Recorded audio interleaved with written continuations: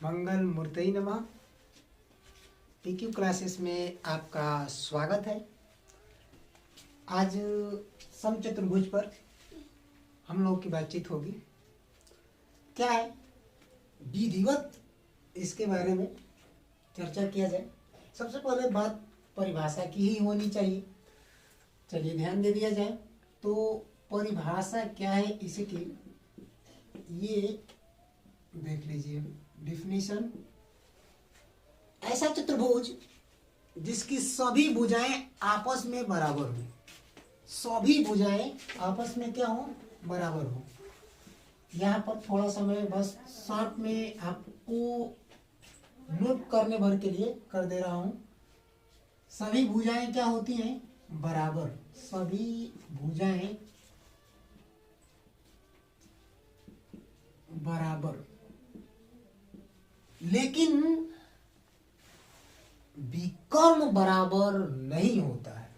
इसमें आपको ये एक चीज ध्यान रखना होगा कि विकर्ण बराबर नहीं होता है। विकर्ण बराबर नहीं होता है, ये नहीं होता है जी। बराबर नहीं होता है।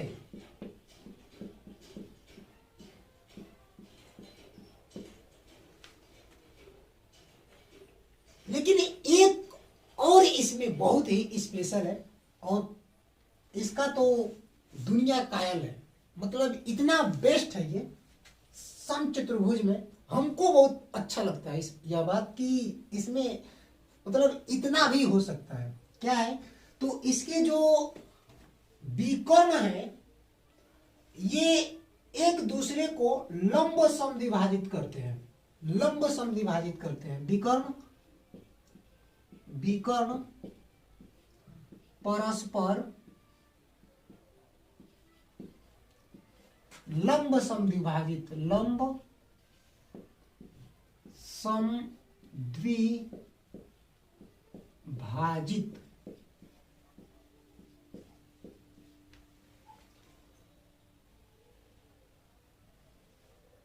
लंब समद्विभाजित होते हैं।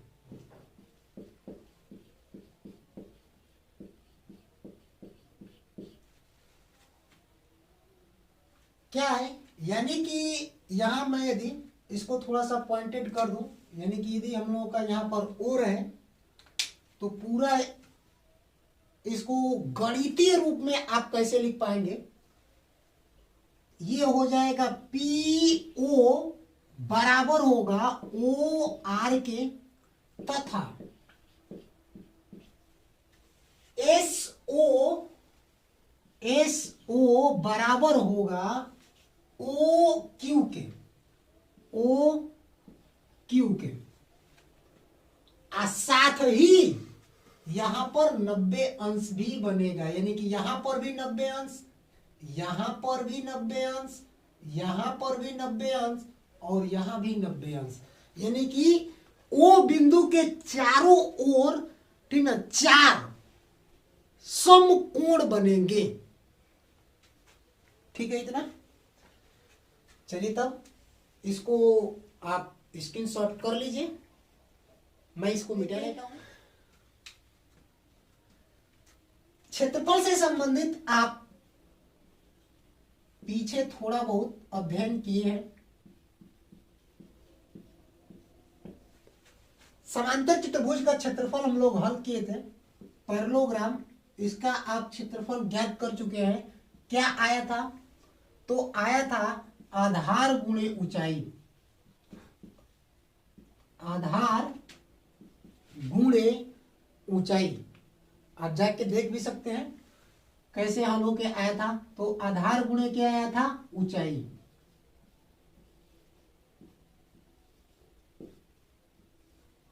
ये आया हुआ था।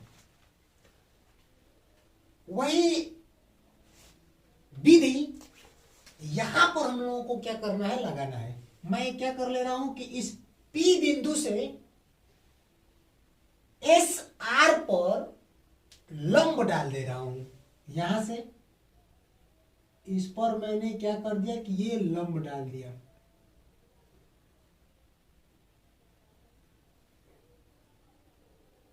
और इसे मैं ऊंचाई कह दे रहा हूं कि ये ऊंचाई है h।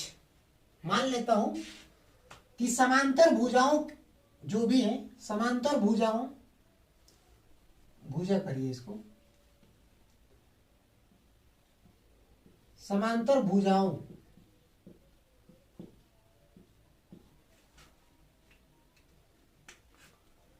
के बीच की लंबवत दूरी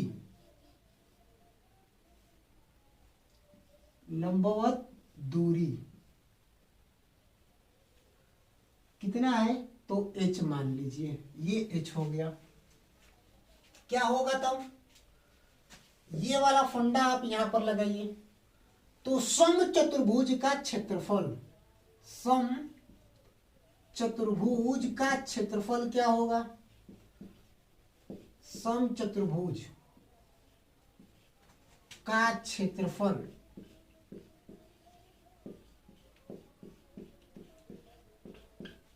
निश्चित रूप से तब ध्यान दे दिया जाए, यानी कि आधार यह इसकी एक भुजा है, ठीक है, यानी कि ये हो जाएगा इसकी एक भुजा, और दूसरा क्या हो जाएगा, तो ऊंचाई, तो इसको तो बदल ही नहीं सकते हैं जी, यानी कि दूसरा इसमें ऊंचाई जैसे है वैसे रहेगा, यानी कि भुजा गुणे यदि आप ऊंचाई लगा देते हैं तो आपको क्षेत्रफल पता चल जाएगा। एक और विधि है जिससे आप समचतुर्भुज का क्षेत्रफल ज्ञात कर सकते हैं, ठीक है। देखिए आप इसको हटा लेते हैं, यानी कि समांतर चतुर्भुज का क्षेत्रफल ये हम लोग पढ़ चुके हैं, क्या आया है, तो आया हुआ है आधार गुणे ऊंचाई,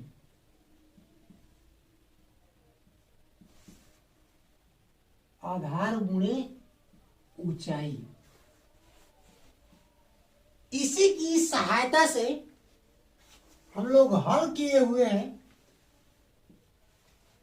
त्रिभुज का क्षेत्रफल, इसी की सहायता से हम लोग लाए थे त्रिभुज का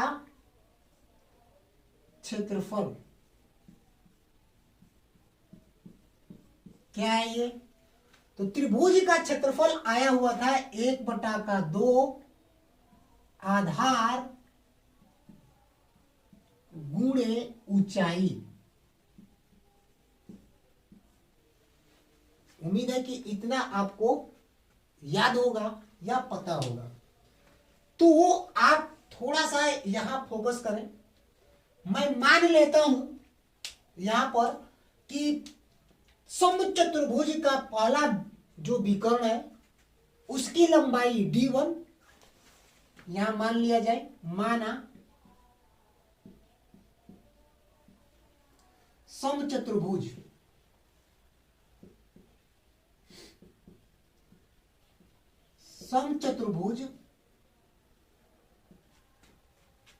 का विकर्ण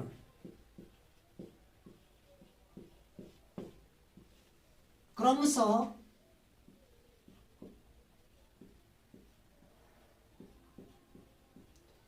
d1 तथा d2 है। लेकिन एक बात हम लोगों को यह पता है, अर्थात यहां से हम लोग कह सकते हैं कि जो पी आर है वो मैं मान लेता हूं कि d1 हो जाएगा, तथा जो एस क्यू है ये हो जाएगा d2। यहां आप देखें, यानी कि इसको मैं मान लेता हूं पी आर को d1, यहां से इस बिंदु तक पूरा यह लेंथ क्या चीज d1 के बराबर, और इस बिंदु से ये पूरा हम लोगों का किसके बराबर, d2 के बराबर। लेकिन दोनों भी कर्ण एक दूसरे को समद्विभाजित करते हैं, मतलब ये कि ये वाला मटेरियल इसके बराबर होगा, इतना SO पहले ही बताया गया है, ये SO OQ के बराबर होगा और PO OR के बराबर होगा। बोलिए ठीक है इतना। तो यहां से मैं ये भाग बराबर है, इसका मतलब कि D1 और जो D2 है वो आधे हो जा रहे होंगे, सही बात है। तो मैं यहां से इतना ले लूं तो पूरा यानी कि ये आधा हो गया, यानी कि ये हम लोगों का हमको देंगे कि D1 बटा में 2 और निचवा वाला का होगा जी, तो इहो हो जाएगा D1 बटा में 2। आधा रोटी मिलके एक गो रोटी ई वाला क्या कर लेगा, बना देगा। बोलिए अच्छा इहो तक लीजिए। तो दूसरा वाला जो भी कोण है हम लोग इनका, तो ये क्या हो जाएगा जी, तो ये भी तो दो भाग में बट रहा है ना ऐसा। तो जब ये भी दो भाग में बट रहा है तो इसको भी आप लिख सकते हैं, यहां से यहां तक को लिख सकते हैं कि D2 बटा में 2 लिख दीजिए, यहां से यहां तक का जो भाग होगा ये भी हो जाएगा D2 बटा में 2। यहां अलग अलग हम लिख सकते हैं, लिख दे रहे हैं, कोई आपको परेशानी होने की जरूरत नहीं है। क्या लिख सकते हैं, यानी कि PO बराबर होगा OR के, किसके बराबर होगा जी, तो D1 बटा में 2 के बराबर होगा। अच्छा तथा दूसरा वाला मटेरियल का है, तो दूसरा वाला जो भी कोण है ये भी ऐसा ही होगा। क्या होगा, तो SO बराबर होगा OQ के बराबर होगा, कितने के बराबर होगा, तो ये बराबर होगा D2 बटा में 2 के बराबर होगा। आपको इतना याद रखना पड़ेगा, ये और ये जो भाग है इतना आपको याद रखना पड़ेगा। आइए अब आप यदि इतना आपको समझ में आ गया है तो आप कभी भी समचतुर्भुज का क्षेत्रफल पैदा करने की क्षमता रखने वाले हैं। यदि इतना समझ में आ गया है तो आपको कोई नहीं रोक सकता है, आप खूब आराम से समचतुर्भुज का क्षेत्रफल का जो सूत्र है वो ज्ञात कर सकते हैं, निकाल सकते हैं। देखिए कैसे, तो एक भाग आप देखेंगे, ये एक जो भाग हम दिखा आपको हल्का हल्का इसको क्या कर ले रहे हैं, पेंट कर ले रहे हैं। इसका क्षेत्रफल कितना ज्ञात कर सकते हैं, ये तो बना ही रहा है, तो त्रिभुज में बना रहा है, तो त्रिभुज का क्षेत्रफल का सूत्र हम यहाँ पहले ही लिख लिया हूं, आप लोगों को बताया भी हूं। तो ये एक त्रिभुज है, ऐसा के 4 गो त्रिभुज बना हुआ है, तो चारों का निकालेंगे, लेकिन पहले एक का दाम मालूम चल जाए तो हम लोग क्या करेंगे, बाकी तब चारों का निकाल सकते हैं। चलिए तो यहां से इसी सूत्र का यहां हम उपयोग करके आगे बढ़ जाते हैं। तब इस स्थिति के अनुसार जो हम लोगों का छायांकित भाग है, यानी कि जो त्रिभुज है, एक त्रिभुज का क्षेत्रफल, तो एक ये त्रिभुज का क्षेत्रफल कितना होगा जी, तो सूत्र तो हम लोग बहुत पहले से जानते हैं। क्या जानते हैं, तो 1 बटा में 2, 1 बटा में 2 आधार, इसको आधार कह लीजिए इसको आधार कह लीजिए, हंसी खुशी किसी को भी आप आधार कहिए। तो मान लीजिए कि हम लोगों के द्वारा आधार D1 को कहा जाए, यानी कि 1 बटा में 2 D1 बटा में 2 हो जाएगा, ऊंचाई जो बनेगा यही बनेगा तब, क्योंकि 90 अंश का है। जब कभी भी 90 अंश का आप त्रिभुज बनाएंगे तो इसमें एक आधार बनेगा और एक ऊंचाई बनेगी, परपेंडिकुलर है ये। 90 अंश का बनाने के कारण एक ऊंचाई होगी और एक क्या हो जाएगा, आधार का निर्माण कर लेगा। तो ये हम लोगों का आधार एक मान लिया, दूसरा वाला क्या बना देगा, यानी D2/2 हम लोगों का क्या बनाएगा, तो ये ऊंचाई बना देगा। यानी कि यहाँ आप देख भी लेंगे, ये हम लोगों का क्या है, D1/2 आधार हो गया, और ये हम लोगों का क्या है, D2/2 हम लोगों की ऊंचाई हो गई। तो एक त्रिभुज का क्षेत्रफल हम लोगों का आ गया कितना, तो ऊपरा का ऊपरा यानी कि D1 D2 और बटा में 2 दूना के 4 और 4 दूनी के 8 यानी इतना बन गया। तो एक त्रिभुज का क्षेत्रफल, एक त्रिभुज का क्षेत्रफल कितना है जी? इतना है। तो 4 गो त्रिभुज में है, राम 2 3 एगो 4। तो 4 गो त्रिभुज का क्षेत्रफल कितना होगा? 4 से इसमें गुणा कर दीजिए। तो 4 त्रिभुजों का क्षेत्रफल, 4 त्रिभुजों का क्षेत्रफल तो यूं 4 से गुणा हो जाएगा। और D1 और D2 और बटा में ये हो गया 8। 4 एकम में 4, 4 दूना के 8। और 4 गो त्रिभुज मिल के क्या बना रहा है? तो सम चतुर्भुज बना रहा है। तो यहां लिख दीजिए सम चतुर्भुज का क्षेत्रफल। आउट। समझ में आ रहा है इतना? चलिए तब इसको छोड़ दे रहे हैं।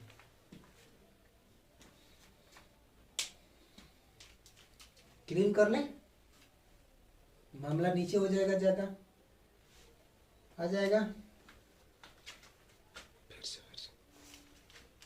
तो इसका चारों का यानी कि चारों त्रिभुज मिलकर सम चतुर्भुज का निर्माण कर रहा है। यहां पर देख लीजिए। तो इस तरीके से सम चतुर्भुज का क्षेत्रफल, सम चतुर्भुज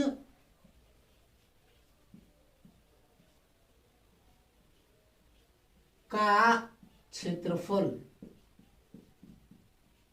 बराबर, बटा में 2 बचा है तो 1/2 को आप पहले लिख लीजिए, और D1 और उसके बाद इंटू में D2। ये हम लोगों का क्या हो गया? तो सूत्र हो गया। आप सुविधा के लिए चाहें तो इसका D1 का है, एक ओरिजिनल नाम का है, कुछ पता है आप लोगों को? तो D1 पहला भी कौन है और D2 का है, तो D2 दूसरा का भी कौन है।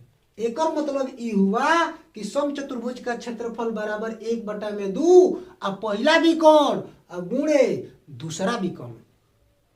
चलिए इस पर आधारित कुछ प्रश्नों को लिखा जाए, ठीक है। लेकिन थोड़ा सा एक चीज छूट गया है, साथ ही में इसको थोड़ा सा गौर कर लीजिएगा।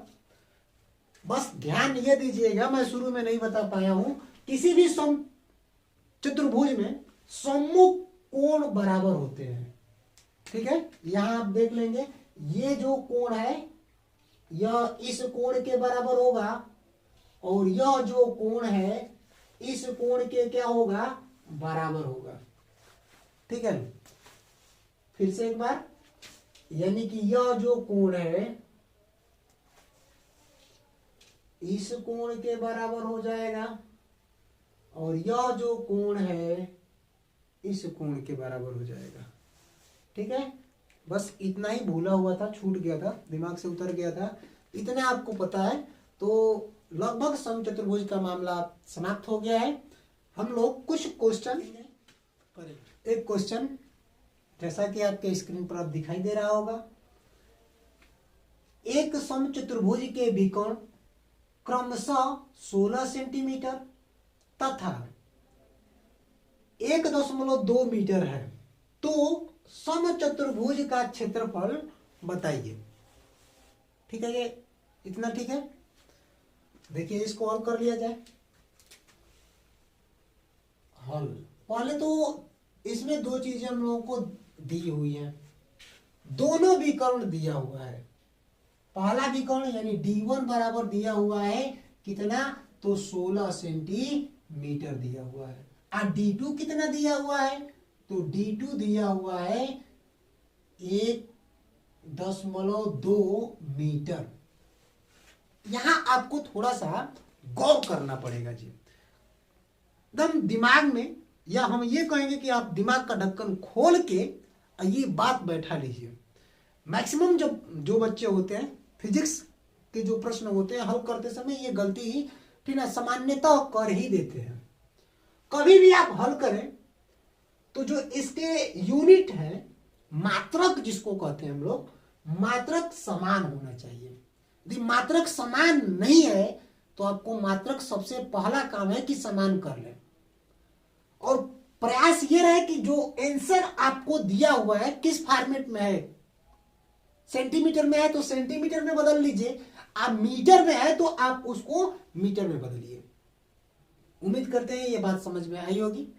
मैं मीटर में हल करूंगा SI मात्रक, ठीक ना। इसको कैसे करेंगे, आपको ये पता है कि 1 सेंटीमीटर बराबर होता है 10⁻⁻2 मीटर होता है। तो यहां से सेंटीमीटर हटेगा तो क्या आ जाएगा 10⁻⁻2, यानी कि 16 गुणे 10⁻⁻2 मीटर। ठीक है, ठीक है इतना। चलिए ठीक है। तब समचतुर्भुज का क्षेत्रफल अभी अभी हम लोग पढ़े हैं क्या होता है, तो इसका होता है समचतुर्भुज का क्षेत्रफल 1/2 पहला विकर्ण गुणे दूसरा विकर्ण। तो यहां से हल कर लिया जाए 1/2।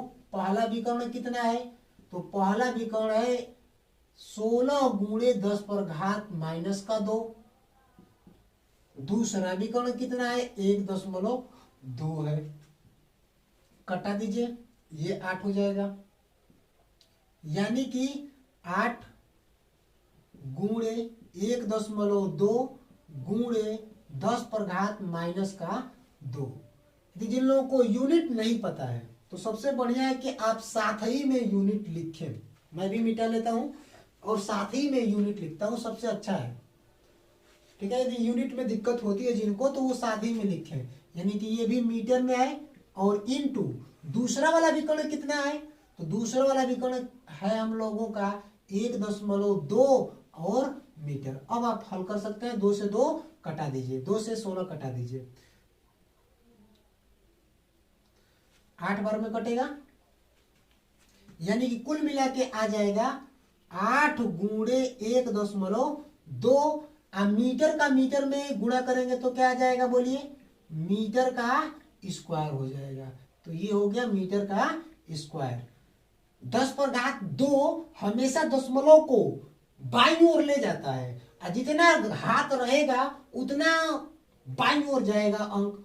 तो यहां पर हम लोगों का 2 अंक इधर चला जाएगा, यानी 0.08 और ये हो जाएगा 1.2। इसके कारण इसके कारण 8 पर 2 अंक हम लोग इधर आए हैं, क्योंकि घात माइनस में 2 है। और ये हम लोगों का हो गया यहाँ पर मीटर का स्क्वायर है, तो मीटर का स्क्वायर गुणा कर लीजिए नॉर्मली बस।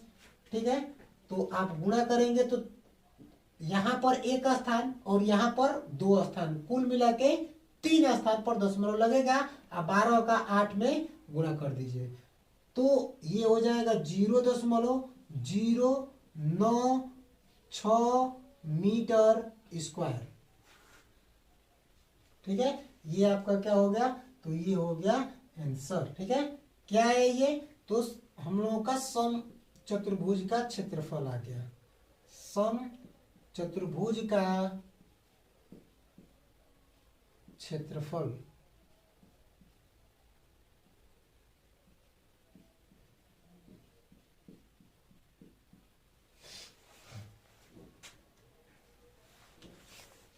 अब एक और क्वेश्चन देख लीजिए। देख पा रहे हैं क्वेश्चन, एक समचतुर्भुज के चारों कोणों में से एक कोण 60 अंश है। यदि समचतुर्भुज की प्रत्येक भुजा की लंबाई 8 सेंटीमीटर है तो बड़े विकर्ण की लंबाई क्या होगी।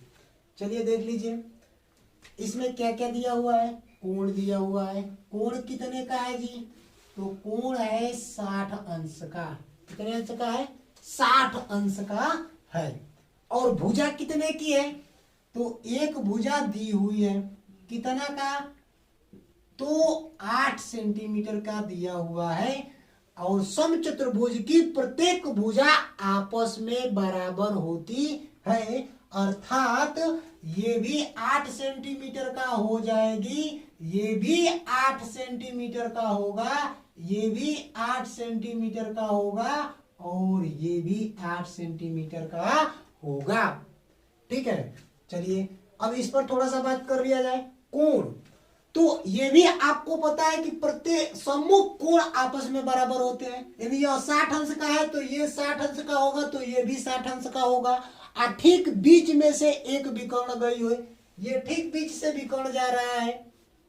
जब ठीक बीच से विकर्ण जा रहा है तो इसका मतलब ये दो भागों में बट जाएगा, यानी कि यह 60 अंश होगा, लेकिन विकर्ण बीच से जाने के कारण 30 अंश का हो जाएगा, यानी कि यह 30 अंश का हो गया।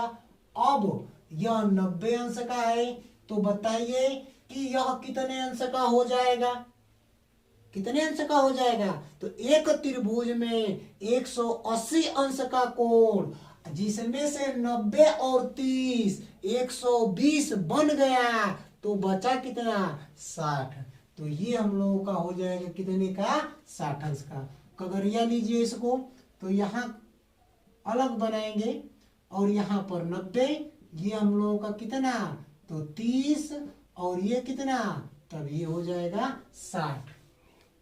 ठीक है, नाम नाम चलिए इसका नामकरण कर लिया जाए। नामकरण कर लिया जाए इसका, यानी कि मान लीजिए कि ये हम लोगों का क्या नाम हो जाएगा 30 अंश वाला, तो 30 अंश वाला की लग गया हम लोगों का क्या है एस है, 90 अंश की लग गए ओ है, और 60 अंश के पास क्या है तो आर है। ठीक है इतना। अब चलिए देखिए, इसको हल करने के लिए यहाँ पर थोड़ा सा त्रिकोणमिति की जरूरत है। आपको यदि आ रही है तो दिक्कत नहीं होने वाली है। तो यहां से कर लीजिए हल। तो मान लीजिए कि मैं 60 अंश को लूं, तो साइन 60 अंश बराबर लंब, लंब का मतलब ये वाला। ठीक है, तो ये तो हमको पता नहीं है, ओ यस, और उसके बाद कोण, कोण का मतलब कि एस आर पता है 8 सेंटीमीटर दिया हुआ है, तो ये हम लोगों का हो गया 8 सेंटीमीटर। साइन 60 अंश का मान कितना होता है, तो होता है करणी में 3/2 बराबर, यहां से ये ओ एस बटा में 8 भाग में है, इधर लेके चले आइए, तो ये हो जाएगा 8 गुणे करणी में 3 और बटा में 2 बराबर ओ एस, कटा लीजिए, यानी कि ये हो जाएगा 4 करणी में 3 बराबर ओ यस। ओ एस का मान आ गया, यहां पर है ओ एस का मान आ गया 4 करणी में 3, तो इधरियो वाला कितना होगा 4 करणी में 3, तो 4 करणी में 3 एगो है, तो दूसरों वाला कितना होगा 4 करणी में 3 होगा, एगो हाई दो गो, यानी 4 गो 8 गो, तो ये हो जाएगा 8 करणी में 3, और ये मात्रक यूनिट सेंटीमीटर में है, तो यही हम लोगों का बड़ा विकर्ण हो जाएगा। इसी तरीके से आप चाहें तो इसको भी ज्ञात कर सकते हैं। ये तो एक विकर्ण हमने ज्ञात करके आपको दिखा दिया। अब आप चाहें तो इस दूसरे विकर्ण को भी ज्ञात कर सकते हैं यहां से। ठीक है, इसमें अब इस भुजा को हम लोगों को क्या करना पड़ेगा, ज्ञात करना पड़ेगा। ये दूसरा का छोटका वाला, ठीक है, इसको बता रहा है ओ आर देखिए यहाँ पर है, ये वाला यदि आप ज्ञात कर दे तो भी आपका क्या हो जाएगा, यहां से दूसरा विकर्ण आ जाएगा। तो चलिए दूसरा विकर्ण भी हम लोग क्या कर लेते हैं, ज्ञात कर लेते हैं। दूसरे विकर्ण के लिए यदि आप 60 अंश ही लेना चाहते हैं तो काश ले लीजिए, यानी कि काश 60 अंश आधार बटा कोण होता है। आधार क्या है ओ आर, जो हम लोगों को ज्ञात करना है। कोण पहले से पता है कितना, तो 8। काश 60 अंश का मान 1/2 होता है, तो 1/2 आई भाग में एनी आएगा, तो हो जाएगा 8, और ओ आर है तो ओ आर कटा दीजिए, तो ये हो जाएगा 4, ठीक है, बराबर ओ आर का मान आ गया 4 सेंटीमीटर। ओ आर का मान क्या आ गया 4 सेंटीमीटर, तो ई 4 सेंटीमीटर का होगा, तो इहो वाला कितना सेंटीमीटर का 4 सेंटीमीटर, 4 और 4 8, ठीक है। तो कुल मिला के पी आर बराबर कितना हो जाएगा, 4 प्लस 4 हो जाएगा, यानी 8 सेंटीमीटर हो जाएगा। अब आप खुद जोड़ लीजिए, देख लीजिए ये वाला कितना है, 8 करनी में 3, 8 से तो निशु अधिका बा, यहाँ हम लोगों का केवल 8 है, इसका मतलब बड़ा विकर्ण कौन होगा, यही हो जाएगा। ठीक है, पूरा वीडियो देखने के लिए धन्यवाद। जय हिंद।